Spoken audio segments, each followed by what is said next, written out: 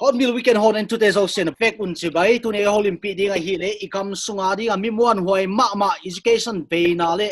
elite education is ama hi le Professor Ginlial Bushri la hi Director of Management Institute Mumbai for MBA students and educationists, masters from JNU Delhi and doctorate degree holder from XLRI Jamshedpur. Si ya tu na iholim na ding hi le ikam sungin Hovel khang tu ai tu khang ai lo 6 months education on hold hita teacher tel parents take nang tu ki thei siam lo na online education chile effective thei ta ta lo to ami jeni tu nei holim ding le education challenge for Churchanpur. How do we come out of this mess that we are in? Tambang boy jeng jung kala naw pang te khan kho bang chingai tu ding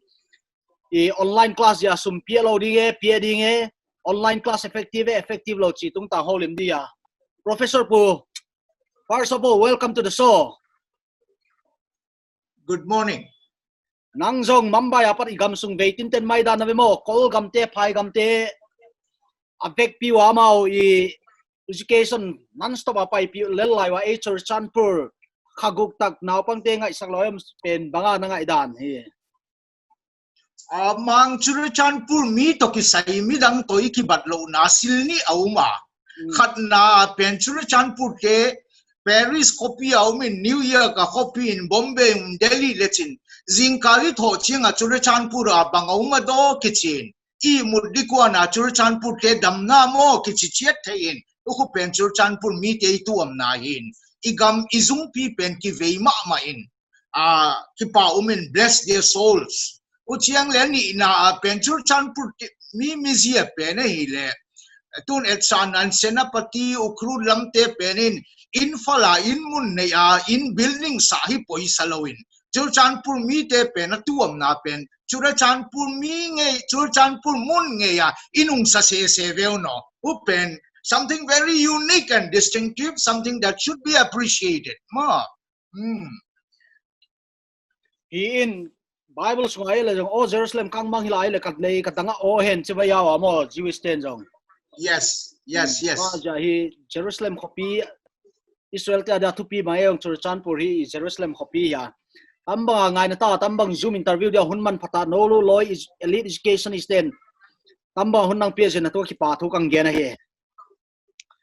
Ai le to hi situation na etcheng ni na burden banga hi. Banglo hoi ta atai le hi cha e bon noi la education o samai di mo bangai na suggestion. Adia Colin Churchanpur context again meile Manipur zong honggen se that meaning in to zinkal Churchanpur context sacho education pen ihat na mama area na higige in himale tu laita I problem pen ke hua umlo kai chiang mang nang thei siam da equation dong tu aken kang le abula kang ipan ngain ai le nang namu dan ta Churchanpur banglai ta ye tu lai tai boina Churchanpur boina hi thu mama maya hi cha modern meets ya sapten si wa mo imida yet mai bang ahi lel si ai long tambi boina pen thu mama tambang boina hi ina tu amasar hi 97 boy line hi short pinaw pang lai sim thelo no to amino hi this is one of the worst effect mo tu khang thu ani hi hanga ta school kailo ki chipen mai lo ya wa jeni school nei ten le teacher tel student tel parents kala hin nasata in kin nan tu na umin kamua tu lai ta ke mu da na mo Don Bosco teacher ka hi jeni ke zong a reality ka face mama maya brainstorming teacher te to kito kom in bang chibol what is the way forward i holim nai committee na nal deu resolution in ate ka ata tai ba ball som cha ka a reality ka gamana gam lamo tamin hi sil tampi dimension tampi gending au ma to tela khat hi le school nei tu ten online class ball pen hi school tam zone hi fee allowed man hi chi parents ten conception ne ya mo to cha hi parents ten fee pian lo chi school ten jong hi online class ting hol sa ngal mai war to mi je ni sum hi amoti masae chi jong ngai tu thei ma tela khat hi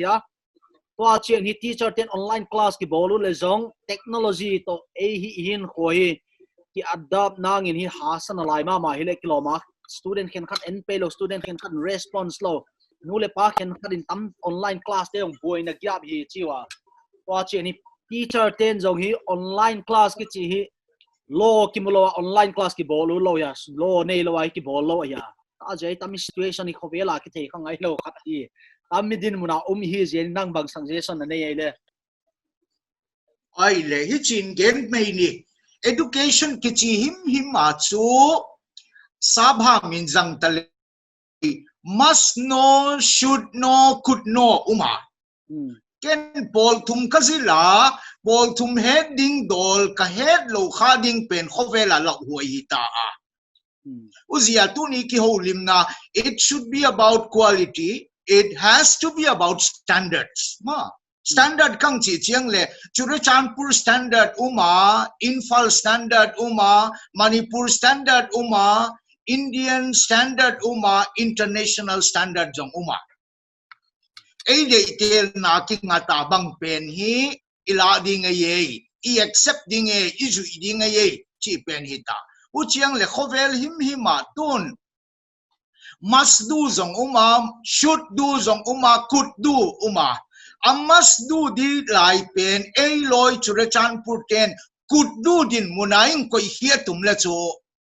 ki pang hial ven. Uchiang le khovel him ma hi negotiable area uma non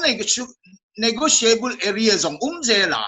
Don't et sanain alang khanong gen kai taleng tan chin pha to education pen apang khom dinga kitua ma main aveam to ziat lama pangkhom theigi gein iko chu om di china mang mo uzia tanchin pha mason na dinga chu education be ai theilo tu ne chana in ken lekha ka het a bible kasim theya ka ham teya bible kasim ud lo ka ham te ud lo le ke thua ta vele himale bol hiel ngei lo di because this as a Christian these are non negotiable areas mo mang na pomo kagentan Christian ka hi le chu khub din ka hapang na phot le ka khovel di ding Bible ka hera kasim na phot le ka khovel di ding uzo chianga believer cho zong ka hi lo da disciple khovela ka lut discipleship khovela ka lut pi theile pen ki pa huai di himal le Churachandpur ke to banga khabe to ta te interrupt leng mo tu lai khang tha ten kining ma mai fake Christian tam talwa mo Christian chi gen wai lang le him dan teo Christian to ki to lo talwa tam pi ma pa te la school te jong khat a hi tun hi chin gen ni mang education a lut phei tai education na chu khovel pumpi na zat India khopi tengin zonga zat khopi ten ka zadu chimaini asyang chen azui loi kai chenga mo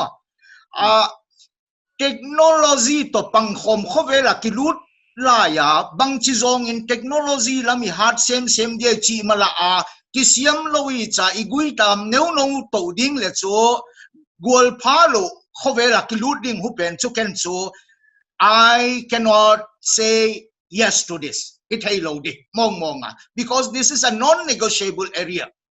Izwa kangen kai pen mang. If I can dare to call myself as a Christian, I have to fall down on my knees and pray to my living God. If I call myself a Christian, I must know my Bible. Chakang padin kangen nasan pen. These are non-negotiable areas. Non-negotiable word pen inazat ngai. Tuni chin lut type.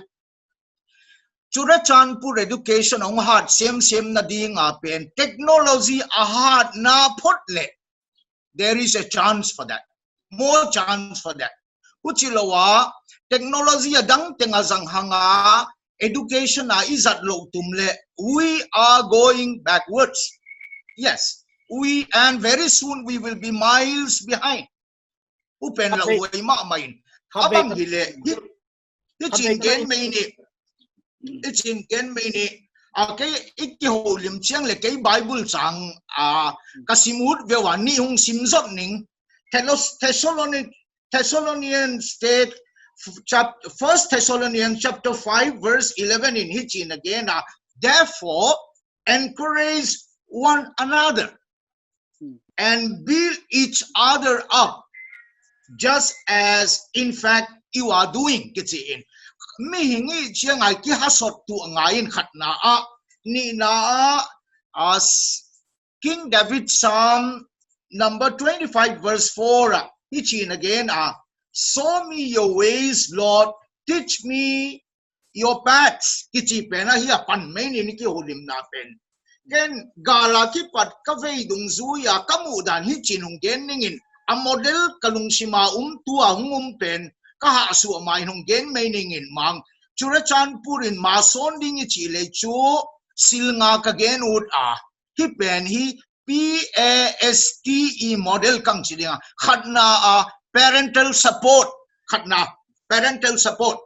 The parent support penile, it must be a full support, freely given. As yatu ichin gen meaning. Copy ramnu le parte in a school te initiative la teng 120% support be himang. Uzia chan pur nu le parte in a school te support would lo le. That says a lot about the quality of the parents in Churachandpur, and I'm very uncomfortable there. As yatso, nidang laya ki pada Nagaland nule pate, Mizoram nule pate sanga Churachandpur nule pate, hi area na ki hadgi gehi. Tun kachina san pe nidang laya zong corporal punishment school na maki discipline le Churachandpur nule pate katate open. Hoy the winner na discipline nan enkolu na mason na dikichi. Mizoram cannot do that. Nagaland cannot do that. Even then, we could do it. Uzia Churachandpur nule pate support school te na mute pen to a hard low chile. I will be really pain in my heart, and this is not the way it should be. Not that they have been rebuttal, but I'm going to speak on behalf of the parents. Nule pate sile tanging ham di kahimo lalo. He lives on the third floor. Yes, go ahead. Ground reality kat bekang insek udah mo. Lockdown hanga ing tung ta auto driver te anne din ngon ki struggle life fee ki pool ki chichu na piu di mo online class ya fee ki pool chichu e ne le ta ne manding pot jong pot thelo pia la ki ma school to priority hinai lo pot of like struggle na sing in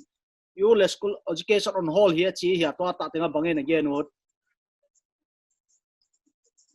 Mang education kichi pen he kitchen gen in quotation khat kang bonding Derek here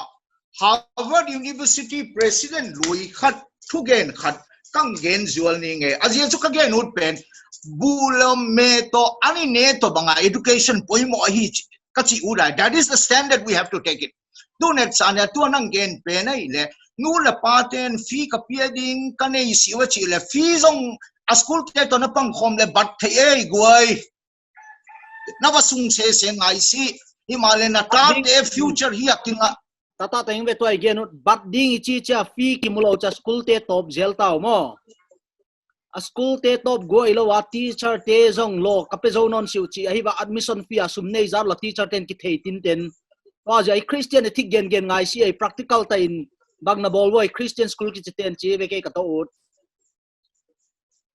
dun hiya khatna kagen ut pen unconditional la nu le paten itate ka inamun pen full support apia ngai full support ka chi na san pen ai le ichin ke long pa khat ka hiya mo. I'm a parent myself uchiang la fi ki chi pen ai le COVID-19 umlo laya fi to tu a fi pen ki hello himang ai wang school lamin again pen apeding sa man ki peding sa to again pen ai le a quotation hi ahoy be kang gen direct bokin Harvard University President Louis Pan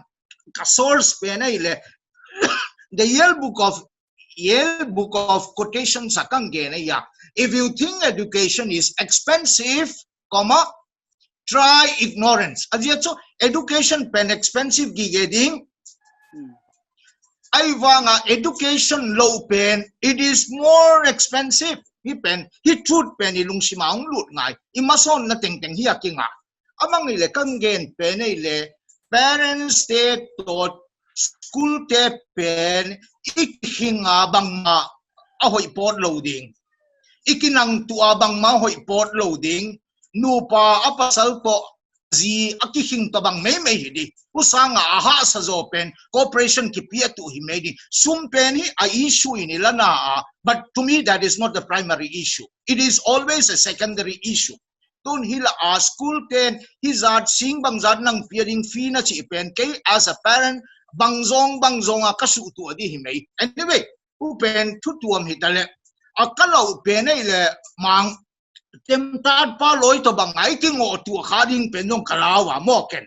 Kay kuangin ni kuwa bola chi ay chay balut khadi aziatu Manipura Silumpen, Commissioner of Education, under instruction from the Minister of Education in instruction school te appear pen a school surachanpura ten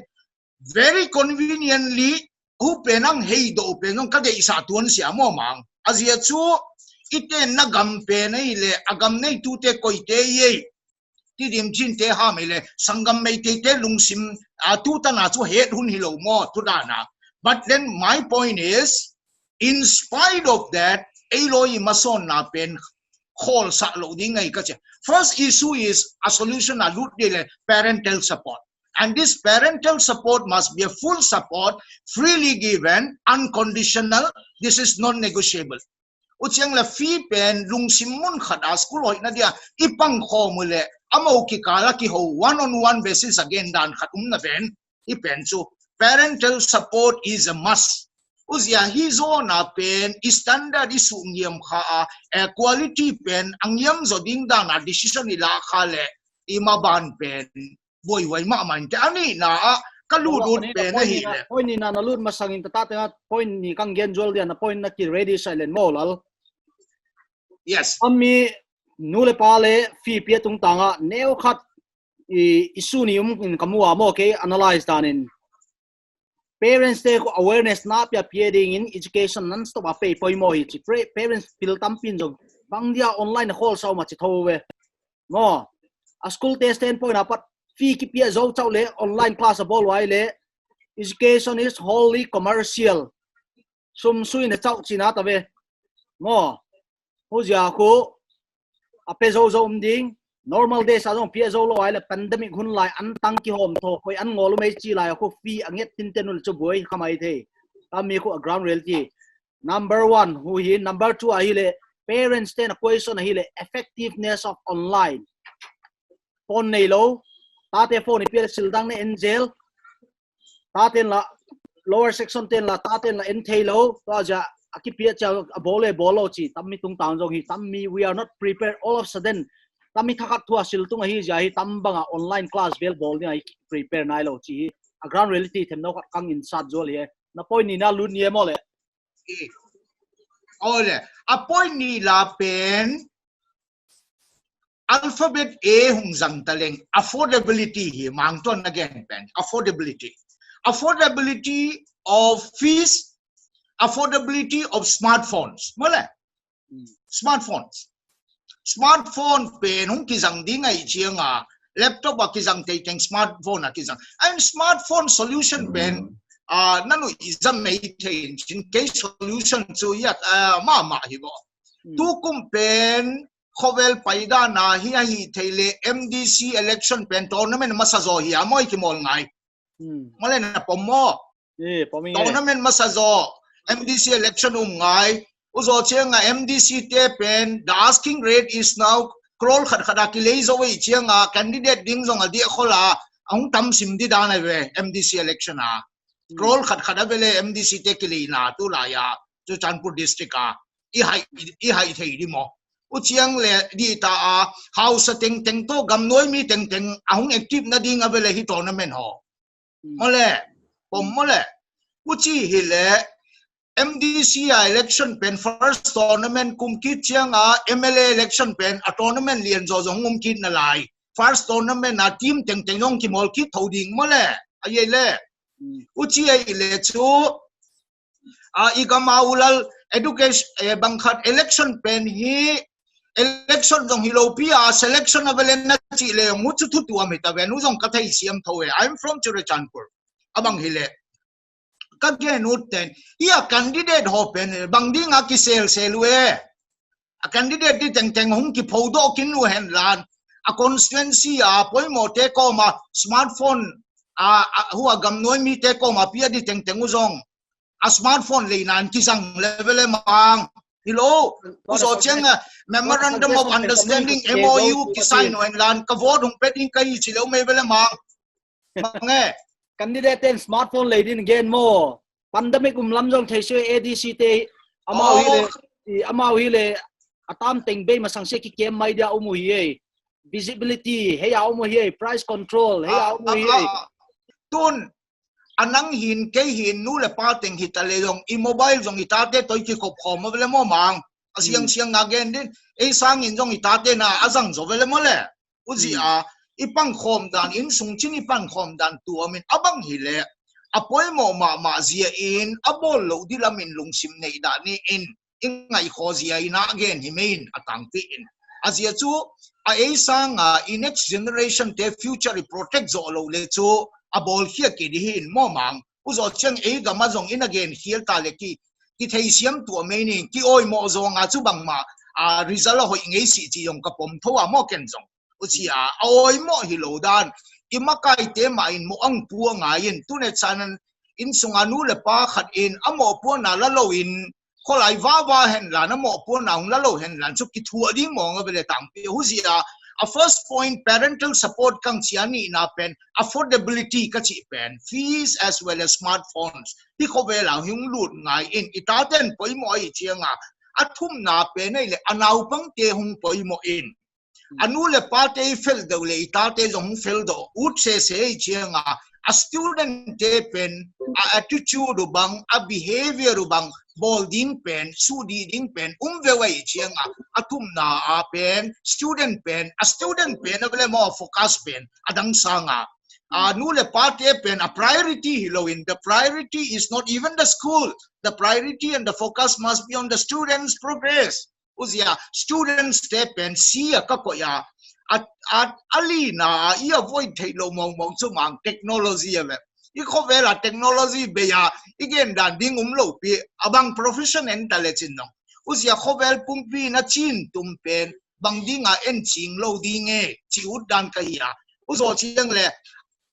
anga na pen hiya educational leaders school nei tu te principal tu na school nei tu te pen nu le paten support di le chu support lo in pang le chu lo tul to banga ibu I khul to banga school te yong in khul ding pen imaban hung I zelin mo khu jong ngai ngam huai lo win tun copy la ma te na bol dan hung gen zual ning ken tu jing kalai ki olim na ki pat online education is a must aya mo ka gen pen hi tang pinam imaban teng teng nget chianga technology tel wa bang mai bol do ding khovel om non si e khu pen imaban hi in uzi a copy la ma nau pang ten su ke katapa jong ICSE board no ya Paul Giat zil khat au ma man 8:30 zingkala padu 12:15 ang cha yu a class ni khada session lian e yo khatna uzo chianga huba na project assignment te to aloi te toicha WhatsApp group up ahung pang khom ki rungai mo mang copy te hi azia chu izo chianga copy la maum te lo chinga e ga ma te lo ching lo ing chi pen I chin veu pen kho atang thu ki pan na so ra ki pan na ta ve tu azong competition pen ki pan thama ta ve uzi a hi ku kang gen lut main a ke jong MBA zilte management institute office su ka kaya himale ka faculty teng teng uzong a class teng chung and it is purely online hi tamang purely online he in uzia ken I went one step further ka faculty ke te ko ma instruction ka piat na class teng teng uzong recording bolun ka chi na tan pha zong kalut uzo chiang le ki poda na hi etsa na apoi mo mama pen every class must have at least 2 class representatives one now pang te to a teacher te pang khom ngai nu le pa te to school principal te school nei tu te pang khom ngai iki hing tu ai lo di bang ma lo iki hing lei zong atop sianga ibon ba chim seve ting uzia ka ge nu pen ta chu tu jingkal a pen bang chi zong in technology lama tun school ung ki gen kale ni dang lain chu a building a poi mo vele mo mang a building ana building unal ichi vele tu la ya chu a technology department IT department a school capabilities abilities ahat nga hi faculties math science subject tuam sanga IT handle papen izat thei tu ne chan Google Meet bang a platform tuam te izat thei zat ding hi mei u chiang le ki mai tang tu tu nei te gel ki holim dal bang tu lai to khovel to ki tu ma vele mang ki su khalo ke ya male uzia tu jingkala kang gen te pen hi ngai kho mana hung ki gen hi in nu le pa te to tun a school principal te ding advice ka pia u ka submission ka request pe nei le they must have a core team tun tu lai ha mele academic committee felta ane ungai uzo chiang anu le pa la mazong anu le pa a fel de te mo full support pe thei bangzar khat anu le pa te mai nu le pa dang te an ho pi dinga nga in ipang khom ngai azia chu ipang khom lo kho ve lai lu lai jang le pen ima ban pen gen ngam huai lo ding hi mang hi chi khat hum hi ka che cho to COVID-19 chi zong hi abul pat na hi din ka ging ta mo ka che chu hi sang a boi na tampi hungum to din ka ging ta mo uzia hi khu boi huai ai khu no sa ai khu hi thei sia chi sangin a solution problem solver ding a ki train nga ya mo bang hila boi na chu aum di mo nga vel mo samin ai sangin zong a tu pi zo na ung boi to si tun Bombay te bang chimeni Bombay te bang he ka word kangai sang penu resilience pen never giving up spirit khu hi bo mang Bombay te tuam na Bombay te kum som giat khat jing chiang a city pa jong tu ni office kai ve ye mang uchidan hin ko a give up lo te kai chiang ba uchiang le kho ve la thau tang ho bang ho jong lao jong hi lo hi ma le ka lo penu chu toilet khu karau wa mo Bombay ten thep thu bin tu yong le khading khu karau wa si thei nai ta chiang abang hi le nang nangai sang dei ma Sir Winston Churchill British Prime Minister anapang World War II la ya thugen blood sweat and tears aman England mi te koma I can only offer you blood sweat and tears achi pen di gen di kasa aman a school an kai na luya khatve function avachi na a principal nuin tu ex student formal student pen thugen ding amin thangai chiang oratory phalo khare chiang le pen to paper tonic sound lan student teng ki sa lai ma platform tunga dinga my dear students never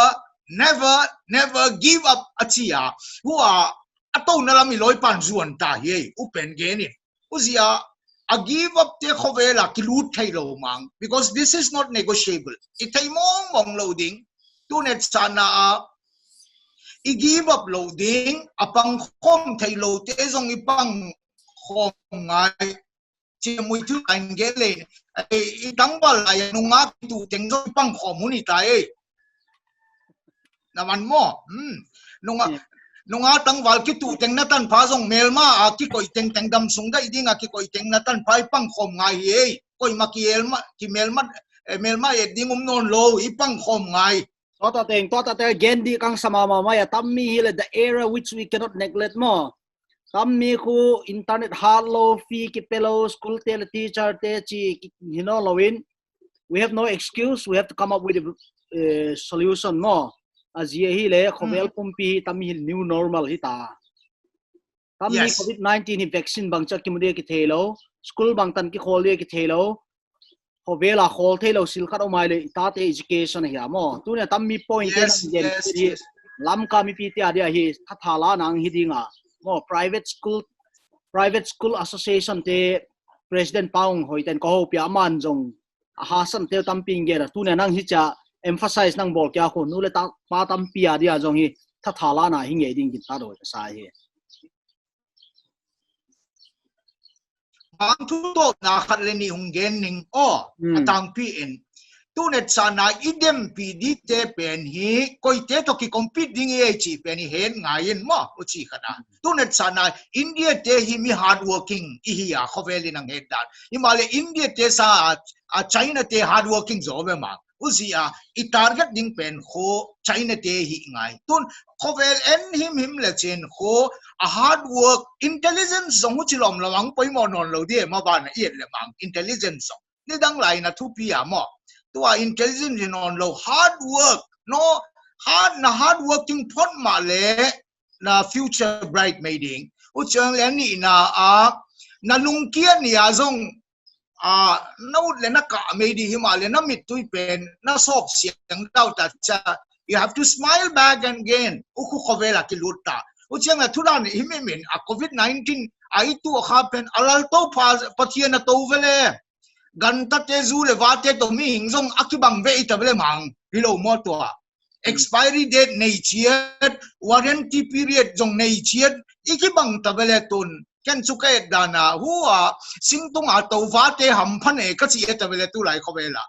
mole ochia a hausa azong aneyalam te pen ei gamdan ai sumudan a surface a te henlen alein waila makipat mute ina kibang ve hita lungkia di bang ma umlo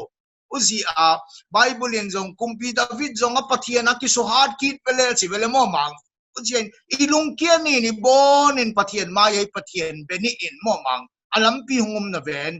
aba le koi malungkia lo din tun apa le nu te pe inung kian neu no le ta te sang inung hung kol ha zo le mang bang isu adie mo le hilo mo kami education hoi dewa gang dewa solve lo ai le naw pang te bang sto effect di he 97 galboy la school tom no khai lo sung ni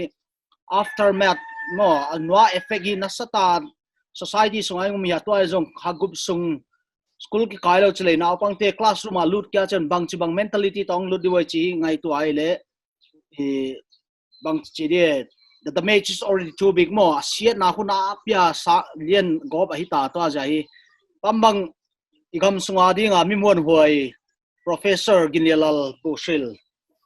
nang tambang ngai dan hoi ta nang kup jen to ki pa thu kang ge na tu ni na ding conclusion ge nun na nei nai sil ni ungen na lai ning mang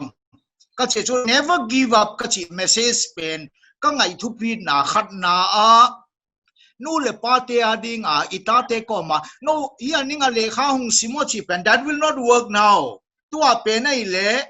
ile kha in ko na le kha yet hunding nu le pa na tan pain jong iguan ngai nu le pan jong le kha sim ngai mon jong a sim ngai that works khovel pum pia mi zo se ball mo there is no excuse for us e a dia jong to mi lo ngal lam pium no lo ita hi uchiang le ani na din silkhat nang gen do 87 gambuay nang siya 87 gambuay pen unaw ni ki kalabuay chi pen zoom huay ma mai tutan pa jong izum na ki sel thai nai lo ye unaw ni ki tu lo ki kala silum te pen abang hile Bombay corporate khovela ken na kana sem tham ta huin azine ding dan siang thowa kahung ki sa chu covid vit jiang he mang hu lai in BSF commandant o chiang le